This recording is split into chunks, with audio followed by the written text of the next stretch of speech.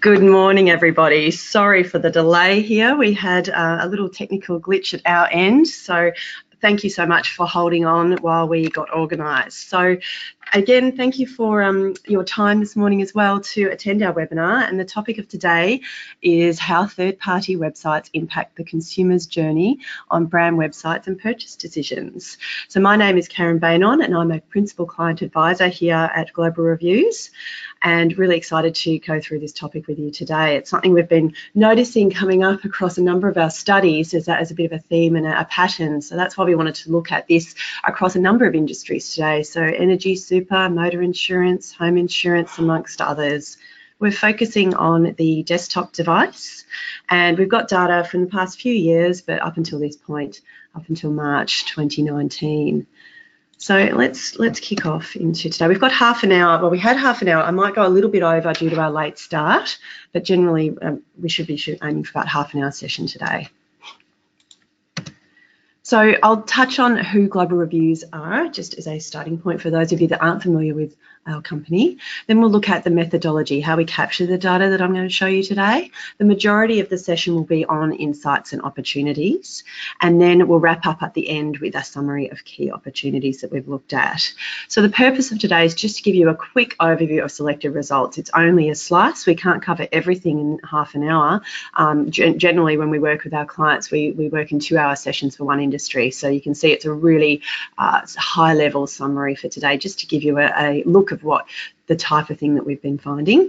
And then I want to highlight and explain a few key opportunities that we've noticed as well for focusing on brand and provider websites. So Global Reviews are a digital consumer analytics and competitor intelligence provider. So we capture data on consumers, their intent, their behaviour and their attitude. We send them to do different tasks and a number of different ways we capture all of those different aspects of our consumers. And with that, we gather insights and intel that we share with our clients. We operate across Australia, New Zealand, UK, European, and we've just entered the North American market recently, founded almost 20 years ago now, coming up 20 years ago, and we work with a number of brands across a number of different industries, and there's just some of the examples for you below. So everything from travel to banking and finance, universities, energy, etc. So lots of a variety there, which is great because it gives us obviously a global view and a view across industries as well. So how we capture the information that I'm going to talk through today, we've got unique programs that really optimise attraction, conversion and retention for our brands. We break it down into 4 main stages: discover, consider, act and relate. And then along with those 4 stages, we've got different products that sit along and capture the different elements of each one. So I've created a box around discover because that's where we're focusing today. And discover is essentially when a consumer is triggered to look into the product and the industry that you are working in, how easily can they find your brand and how strong is the attraction so that they are encouraged to come and visit your website. We really look at the digital marketing effectiveness product for this, or the DME for short, and also the fruition product as well, or FRU for short. Once they move out of discover and they land in consider, they're on their website and they're considering what they have to offer. So how well do you present signposts to them and help them find their way through the website to match a product to their needs? Once they've found the product for their needs, they move into act, and essentially we're looking at can they purchase the product and measuring the effectiveness there. And then relate is the service effectiveness. How well do you facilitate them as a existing customer and turn them into brand advocates? So that's the overall journey, some of the products that we look at in a real high-level nutshell, and focusing right at the start of the journey before they even arrive at your website today, which is very interesting because we know that brands have a lot of data in your own world. You've got analytics and all sorts of different data points, whereas it's often difficult to see what's going on outside of the website journey. So that's why we're focusing on that today, just something interesting for you. So the digital marketing effectiveness and fruition data capture process is as follows. We take around 200 to 400 in-market consumers and we ask them about their brand recall. So what brands can they recall that offer this service or product unprompted. We don't give them any list or anything like that. And we just want to understand what their mindset is. Of that list, do they have any initial preference, which is the next stage? So again, we understand their preferences before they even start the task that we give them. We also ask for brand awareness, which is a prompted list of all of the brands that offer that service, and we ask them which ones are they aware of. And then we send them on their way to complete a task.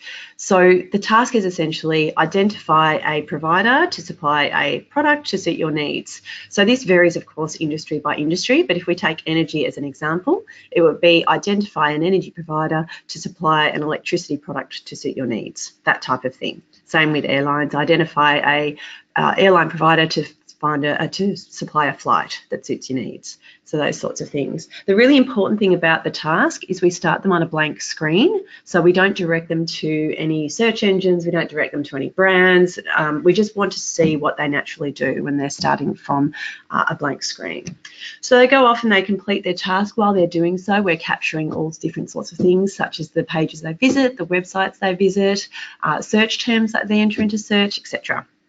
After they've done their initial research, we then ask them for questions at the end to see how they went. And we want to know, firstly, what brands would they shortlist after their research online? The interesting thing is here is we can compare and contrast it for their preferences before the task as well and see what changed and why. Of that shortlist, right at the end, we ask them for what their final brand preference is at this point in time. And so that's the metric that we really focus on for this digital marketing effectiveness research, because that's what we want people to choose. At the end of their research online, we want your brand to be in that final preference there. So that's it in a nutshell. The only other point is they're completing this study in their own natural environment on their own computer. They're not coming to any labs or anything like that, and they're given a small incentive recruited up by online panels. So moving on to some of our insights and opportunities from this data capture. So focusing on our theme, how third-party websites impact the consumer's journey, we've got some key findings here, and this really sets the scene for what I'm going to talk about through the rest of this session. So what we found is during the consumer's discovery journey, third-party sites often gain the most visits. So this is really interesting because when you're working for a brand site, it can be really easy to get kind of caught up in it and forget that in reality, there might be more visits to other sites outside of yours during the discovery journey. So we need to understand how that plays out to make sure you can capitalise on it. Third-party sites are attracting visits through search engine results pages. So that's where they're first getting the attention of our consumers. It answers their need to discover and learn about brands. And we've got some ideas and strategies of how you can stay in the mix on the SERPs. The influence that a third-party site has on preferences varies between brands and industries. So we have seen that when a bunch of consumers visit third-party sites, they can boost the final preferences of some brands and also take away from other brands. And to what extent this happens varies between industries, and I'll talk about that a little bit later. But I guess the main point is there is an opportunity to really benefit from the popularity of these sites if we can get in the mix. Consumer behaviour and display of information on third-party sites will affect how competitive your product looks. So there is always concern about how competitive a product will look against others when it's in the comparison site. I guess what we try to do is really unpack what consumers are doing in that first instance when they're on the comparison site, what metrics they're selecting, and then looking at how we can tailor our display so that we look the most favourable that we can in that comparison list. And the last point that we'll look at today is many consumers arriving at your website will already have completed a lot of research at third-party sites. So they don't necessarily want to start again. So there's a whole other journey here based on our learnings of the popularity of third-party and the amount of research that's done on those third-party sites, that people don't necessarily want to do another quote, or they don't necessarily want to start again looking for products. They might have a product in mind and they just want to go and check off a few details. What pathways do we provide to them? So we'll have a look at an example of someone that's doing that quite well. So that's essentially in a nutshell what we've found, or what we're going to look for today. As I said, just a few touch points in a slice. So we'll start off by looking at the overall discovery journey and seeing where those third-party sites start to attract visits. So looking at before we even start the task, we ask, do they have a initially preferred brand? And we've got all of the different industries we're looking at here: super, airlines, home insurance, car insurance, and energy, and the variances between them. The really important thing to note is more than half have an initially preferred brand. Most of them are actually their current provider or a provider that they've used before. But it's an important thing to note, because it's telling us that they're not using third-party sites just to learn about brands, because there's a lot of knowledge there already. After that, then they go ahead and complete the task. And from this point on, most people use a search engine. So if we look at the percentages there, you can see a significant percentage using search engines for super and energy. And what's interesting is they're the brands that have the least number of initial preferences. So there might be a bit of correlation there. When you have less brand knowledge, you're more likely to use search in some instances and some industries. The types of terms that they enter into search vary as well between industries. So we've got provider brand, comparison terms or comparison brands, so searching for things such as home insurance compare home insurance, or iSelect. That all goes into that bucket there. Or general terms, which might be just home insurance or insure my home, that sort of thing. And of course the brands are your Alliances, your Amy's, that sort of thing. So there is some variation. The biggest variation there would be the superannuation, and again, less provider brands and more general terms in that instance. But the others are all relatively similar, apart from energy, I suppose, which also is higher on the general terms and lowest on the comparison terms. But the key thing to note here is that there is only around, say, a quarter to a third of the searchers are searching for comparison terms and comparison brands. The rest are kind of in the general search realm. Despite that, when we look at the types of websites that are visited, we can see that comparison sites are almost as strongly visited as the brand sites. So what that's telling us is, in the search engines, even though consumers are not entering or intending necessarily to compare, the comparison sites are presenting a good option for them, and so they are going off to visit those websites off general term searches as well as potentially brand searches. It's very similar behaviour across most of the industries there, with a few spikes and for some industries. Research sites is an interesting one to point out. So the way we differentiate a comparison and a research site, comparison sites are those that focus predominantly on a comparison engine. So iSelect, Compare the Market, those types of sites. Whereas research sites are those that have some editorial content and focus on, top 10 lists or the cheapest. So sites such as CANSTAR, and also in the energy market, Victorian Energy Compare, those types of sites that provide a little bit more guidance rather than just a straight up comparison. And you can see that the research sites, and it's really driven by CANSTAR in superannuation and energy, gain a lot of traffic, even though there are no research terms that are entered in at the start of the journey. So what we're saying is, even though most consumers have a brand in mind before starting the task, most still go to a search engine. So the competition to attract that traffic is on. Even if you're an existing brand and you're in their mindset, they will still search, and a lot of them will enter in general terms, and comparison terms follow, rather than the brand that they've got in mind. And as I've pointed out, even though comparison terms are not the most popular terms, they do attract almost as much, if not more, traffic to their websites than the consumer brands. So interesting behaviour to take note of. So now we want to understand, why are comparison sites used during this discovery process? So why would we use a comparison site when researching? We actually asked this to our consumers during the study. And it's very similar, again, between industries here. So the main reason why they're doing it, really, or using these comparator sites, is because of the ease of it, the ease of comparing the multiple different options and also seeing a range of companies in one place. And this is similar across most industries. What's really interesting, and something we need to be to have knowledge of is there is a perception, the third item there, that comparators have all the industry companies in one place. Definitely for the most part in the airlines industry, but even for those in the insurance and energy and super. So, and also that there's a perception you'll get the best deals at a comparison site. So yes, they're using it because it's easy and they get to see a range, but there's also a perception that they're going to be beneficial as well. So this is a risk for brands and providers. If you're not present on that comparison site, you may lose out on a chance to join that consumer's consideration set because they think that all of the industries are covered and they also think that they're going to get the best deal. So if you're not there, those two things don't add up for the consumers, for your brand. The other thing that we need to acknowledge is there is a lack of trust for the comparison sites. So this is a great opportunity for brands to step in and become the trusted source of information. And we will touch on really soon how we can step in towards the end of the journey when, from what we've seen, consumers claim that they will return to the provider site. So that's a great opportunity for brands.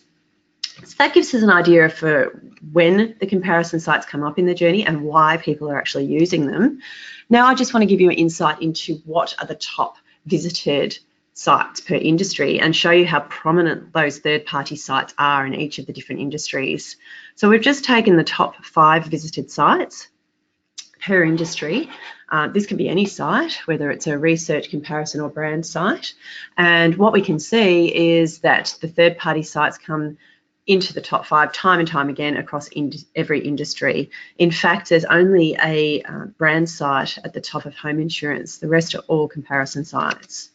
So in many cases as well, what we've seen in this research is for this initial discovery phase of the journey, some consumers will actually build their entire consideration set entirely from the third-party site and not even visit the brand site at all in their journey. They'll end the task at the end of the comparison. So it's really important, again, to be present in those areas because that's where they're doing a lot of their discovery work and evaluation of what's on offer. And that's what we've just spoken about there as our first opportunity. We really recommend, from what we're seeing in our data set, that we need to have a presence on some of the third-party sites most often visited by consumers when they begin researching in your industry. So they are different per industry, so we need to identify and understand which ones we need to be playing on. So now I want to have a look at search. So we've understand what sites are visited. Now I want to show you just some examples of how these third-party sites are getting in the mix from the search, where the first part of decision making and trying to attract visits occurs. So the important thing to mention when we're looking at search engine results pages in this study is these are just replicating real searches that our consumers and participants made during the study itself. It's not actual screenshots of what they actually saw. So it's just examples to illustrate potential opportunities here. So we're well aware that there's variances that occur across the board, but in light of just gathering insight and intel into what might be happening, we give you the most common response when we replicate. So third-party sites are often high in positions on the SERP. Their search creative is also very relevant when you think of the task at hand. When we look at the general search terms, these sites offer a promise of making the discovery process easier and quicker with greater savings. So looking at 2 examples, one in car insurance on the left and energy on the right, 2 kind of broad terms, I guess, or general terms. And we can see that, you know, compare and save, simple, obviously a brand term there, compare energy providers, compare now, and the different metrics and ease that they offer and also the free nature of it offered here on the iSelect listing. So lots of benefits for our consumers that are just looking at exploring and building a consideration set. This is an easy way to do it and it meets their need. Whereas when we look at the brand sites and their listings, some of the listings for these broad terms, we can see that Allianz on the left are offering to get a quote in 2 minutes. IGL are offering, you know, it only takes 5 minutes to sign up, whereas, and also Energy Australia there are presenting an actual specific product. So all of these things are kind of potentially further down the decision-making track for the consumers, whereas the comparators in this particular instance are much broader and suiting the need of just finding out what's out there. So what we need to do is really identify that when these consumers are going in with these broad match terms, they might be at multiple different stages of their journey. They may not be ready to sign up yet. They're still making up their mind. Likewise, they might want to see the range of products, not something that's quite so specific. So that's all things we need to consider when we're looking at actual how we can beat those third-party sites in search. The other thing third parties are doing, particularly CANSTAR and those research sites, on the right here for Super, we can see they're getting these featured snippet listings on the search engine results pages. And that gives them a lot of real estate, a lot of promise, and already starts to answer the question that the consumer has in their head of which is the best super fund for me, amongst other search terms as well. So again, this is looking like a very attractive option for our consumers. And I guess there's a number of different ways we can tackle this. Featured snippets, for example, always appear below the advertising, the SEM campaigns there. So that's one, but it's certainly something to become aware of. And we'll talk about the content on the likes of CANSTAR coming up soon. But that's certainly a driver that we've seen of attracting the visits in search. So there are opportunities to compete against those third-party sites in search. So over on the left here, I've got a heat map that shows where people click on a search results page for our study. And what we can see is there's a lot of clicks for the top listing, and they kind of peter out as you go further down the page there. So that shows you the importance of being close to the top. The other thing we need to do is really tailor our search ad creative to the search keyword that's entered by Budget Direct and Australian Super. And I know that's really obvious and everyone knows to do this. The thing is not many brands are actually effectively doing it from what we can see. So it's just really important to showcase some good examples. And you'll see that these two brands are actually very close to the top of their table in their industry for working really hard at this tailoring. And these are just a couple of snapshots of what they're doing. They're tailoring across many other terms throughout the journey as well. But looking at Budget Direct in the middle there, so when they type in, when the user types in a compare car insurance term, the search creative is tailored for the Budget Direct example. Compare car insurance, there's a benefit, you could save hundreds online. Likewise, when they type in cheapest, and then they call that kind of rhetorical question back in the ad creative as well, and give a benefit following, pick the 2018 Insurer of the Year. Obviously, this is a screenshot from last year. And then across to Australian Super, best super fund, and then again repeating that back. So it's more than just actually just parroting back what the consumer puts into the search there. It's actually thinking about, firstly, how can you meet that need with a brand site, and how can you give them a reason to want to continue by putting the best benefit forward for that particular stage of the journey that's indicated via that search term. And also, of course, in these cases, high position is also key. So they've kind of got the relevance and high position going on there to give them the best chance of getting a click against those third-party searches. So we really want to aim to meet the broader needs of consumers by tailoring the search creative to search keywords. We want to consider paid search keywords where those third-party sites are getting featured snippet listings to ensure our brand stays in the mindset. So when we look across to the Super example here, and we've got CANSTAR as a featured snipping, the best chance we've got is actually by presenting an option up front. So we need to isolate where CANSTAR are getting those listings, because it's not in every search term, and then really competing strongly in that area so we stay in mind, particularly if we're not on the CANSTAR site itself. So there's things such as, the best super fund, so using the adjective descriptor. There's also location-based searches, those types of things, and really isolating where we want to play against that third-party site. So now I want to shoot to the end of the journey. So we've seen what's happening in the battleground that is search. I'm going to look at, after this, what happens on the comparison site itself and the brand sites. But before I did that, I wanted to let you know what happens at the end of the journey, just to set the context and the scene. So what's really interesting is when we segment the data per industry by those that visit a comparison site, so the most popular in each industry, compared to those that visit any site during the journey. And what we can see is that and this is the final brand preference. So right at the end of the journey, they've gone through, they've completed their research, they've built their shortlist, and this is the one brand they're saying that they would choose at this point in time after their initial research per industry. So if we just look at super, just to explain by way of example. So Australian Super is at the top of the table, and for people that visit any site along the journey. But when those visit CANSTAR, so the light blue bar there, that's the group of people who visit CANSTAR. What brand do they choose? Australian Super get an even bigger lead across the board.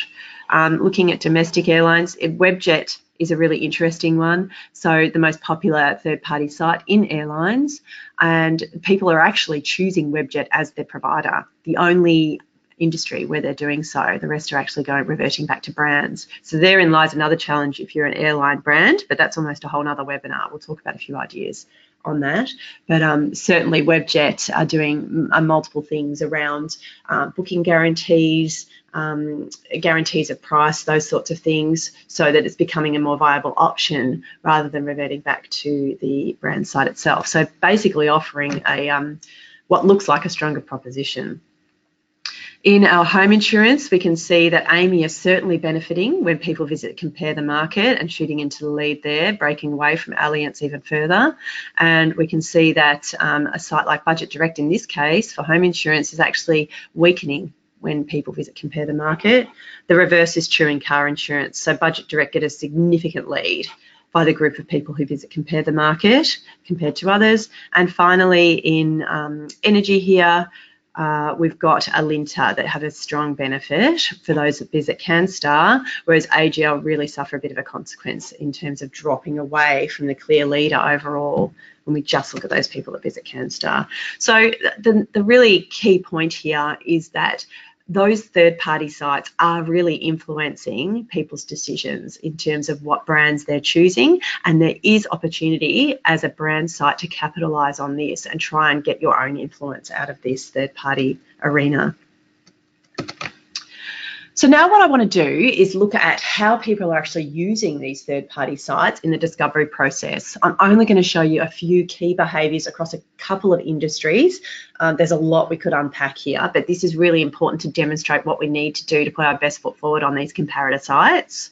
So starting off with superannuation and looking at comparators, comparison of super funds. So when people are looking for a super provider, 80% of those that visit CANSTAR use the comparison tool, and 37% visit articles. So that kind of shows us that some people are using a combination of both. But what's really interesting is that's not necessarily the case across all industries. For example, in energy, it's almost the opposite.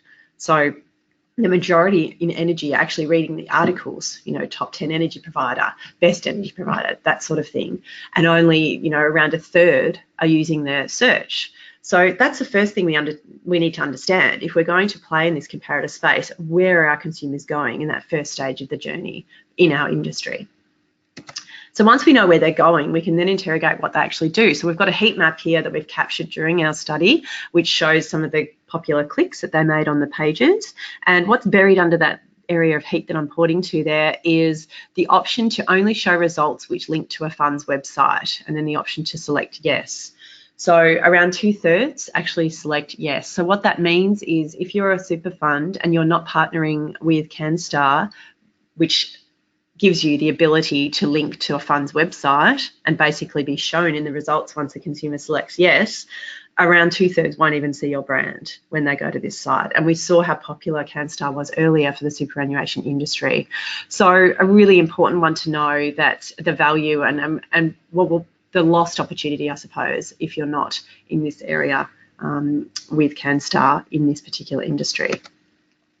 So just another quick example from iSelect when we're looking at the energy industry, and this again interrogates more than just the starting point, but what actually happens on the results page. And what we can see is that things like no contract length is one of the only features here on the left-hand side that's kind of shown any interest by our consumers. And the other really important thing is that very few actually uploaded their bill details in their early discovery. So what that means is if they don't enter their bill details, they get a very, very basic comparison that's basically just comparing this overall kind of discounts and bonuses area in the middle here, because there's no indicative cost that can be given. So all of a sudden, you know, what the comparison becomes is what those bonuses are and how they are displayed in the iSelect window there, rather than what their costs might be if people went down to edit and actually upload their bill. So you can see just a couple of examples there, and we can do it across all industries to see what people are actually doing, how likely they are to see different results, and then what can we do with that knowledge. It really presents a great opportunity. So the next thing to understand about the third-party sites is we want to really put our best foot forward and make our products appear as competitive as they possibly can be in those third-party sites. So knowing what people are selecting and choosing is one thing, but also really understanding how it impacts the results is another. So looking at super again as an example here, in the results of the search here of the comparison tool, we can see the Australian super result looks considerably better than others when presented in this format. So we've put in a bunch of numbers that were popular amongst our study participants, and we can see that the annual cost for Australian super is the $14.28, which actually beats a lot of the other providers here, certainly those that are in the table itself. So when the data is presented in CANSTAR in this way, it's one of the main differentiators, that and star rating. So those two factors, the fact that the Australian super have been able to really put a great product together that suits those two metrics so well, it puts them to the top of the table and makes them look incredibly competitive. And as we saw, they were the more likely to be chosen as a final preference after people visited this site. So it is influential. Another example from energy, we're looking at compare the market here. And again, in this format, at compare the market, when we're just comparing this estimated price and the discount, they're the main differentiators in this format. So it looks much more competitive. And things that are provided by other other brands, such as cashback or rewards programs, they're not clearly seen or evaluated in this format on third-party sites. So we need to understand that even if we know that our product is better in the whole because of all the extra things we offer, 24/7 service, member programs, Flybuys points, whatever it is, they're not seen and evaluated in this way. They may as well not be there. So we need to think about what type of results consumers are likely to see on those third-party sites, and then think about what scope we have to offer tailored products or plans that look really competitive in this format. So almost like a basic plan or a white label plan or whatever it is that becomes something that looks competitive, because they may not know the benefits that you have on your site, because we've just seen so many consumers are visiting third-party sites in that initial stage to build that consideration set. So looking at CANSTAR and what's influential and valued at their site, the thing that we're noticing particularly in energy is CANSTAR is gaining a lot of prominence, and it's really favoured by consumers when they come across it. We've got some customer voice here that we capture along our studies, really talking about how they appreciate, the independent overview, no pressure to provide contact details, and then some, voice here around they chose the brand because it was recommended by CANSTAR, or that CANSTAR gave them a good rating. So it's not only favoured, but it's also influential. Brands that are benefiting, when we think back to that top 10 or top 5 table, we saw Alinta at the top when in energy, when people visited CANSTAR, and they are rated the top. Likewise with Australian Super as well. So I guess the main point of this is the star ratings seem to be quite influential. When you look at what happened particularly in Super, the 3 sponsored links here didn't really get as much of a look in as Australian Super did. Okay, so we're thinking that the star rating itself and the fact that it's also across other areas as a featured product, that combination really helped them to get a stronger result rather than just sponsored listings alone. So, what we've got to do is really look for opportunities to gain that exposure on influential third-party sites and thinking about what influences. And this again can be unpacked further, but at a top level, we can see that ratings seem to be highly valued. Features and display ads are also other opportunities as well to get in the mix when we think about that. So the last point I want to talk about before we wrap up today is around what happens next. So we know that comparators are popular. We know how we've got an idea of how people are starting to use them. What happens when they find a suitable product on a comparison site? Well, there's some good news here if you're a provider site. Our consumers tell us 90% say they will leave the comparison site and return to the provider to buy. So we've got a chart here that shows per industry, and it's very similar across most industries. Starting off with, I'd purchase online directly through my preferred company's website. So I come back to you on the website, and there's around half that will do that. There's some that would jump on the phone. Potentially they've got questions, potentially they want to apply on the phone. And here's this metric here, around only 10% on average that would actually buy the policy through the comparison site itself. And a few more in super would go into a branch. That actually really reflects the financial planning aspect in that industry as well, which also came through in some of those other comments. So really a great news story. It's about what we do with it now, because there's a big opportunity here that we don't want to lose. So we want to understand why they want to come back to the providers so we can really capitalise on that. And I should point out at this point, the reason why energy and airlines are missing is because we didn't ask this specific question in the study that we looked at for that. So we're just kind of learning off our other industries in this area. We haven't forgotten them. So the main reason is they want to deal with the provider directly. So I think there's this link between, signing up and yes, I'm a customer of this provider, so it's a more direct relationship rather than going through a third party if there's problems or questions down the track. Also the ease and convenience, it's fast, it's to do it that way potentially, which is interesting because arguably you'd think it'd be quicker to just stay online on the comparator site. And getting the best deal directly is another interesting one. So even though if you think back to the start of this session where people are using comparators to look for good deals, after they've seen what the comparators have to offer, then they want to just double check there isn't a better deal at the local provider site. And then there's that issue of trust again. There is still a group of people that don't trust those comparison sites, and the brand sites can step in and become that trusted advisor.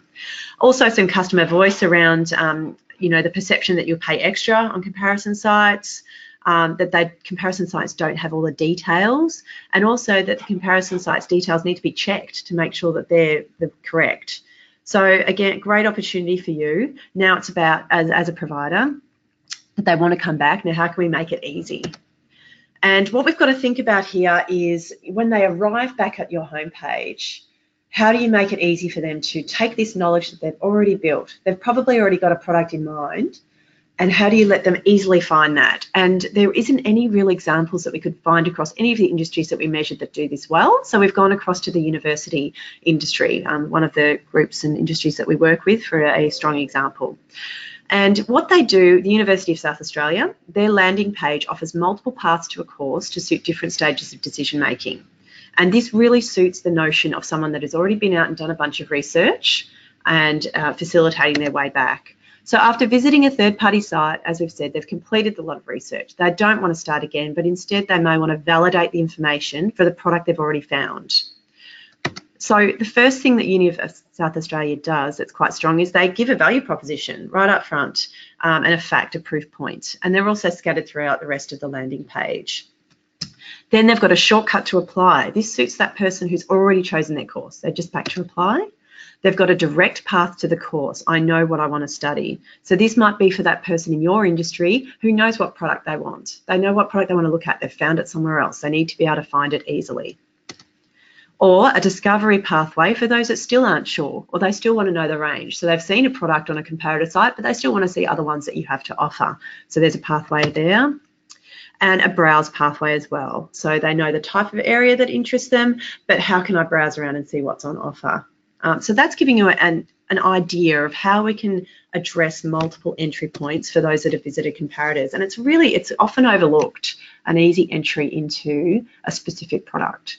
So the opportunity here is to provide those easy pathways that consumers to products that consumers have already seen on the third-party site, and ensure that the benefits of buying direct from the provider are clear. I haven't touched on that yet, but we know the shortcomings of those comparator sites. So we really need to emphasise that we are the trusted provider. You need to buy here for these reasons. Make them not question it and make them not want to return to the comparator site.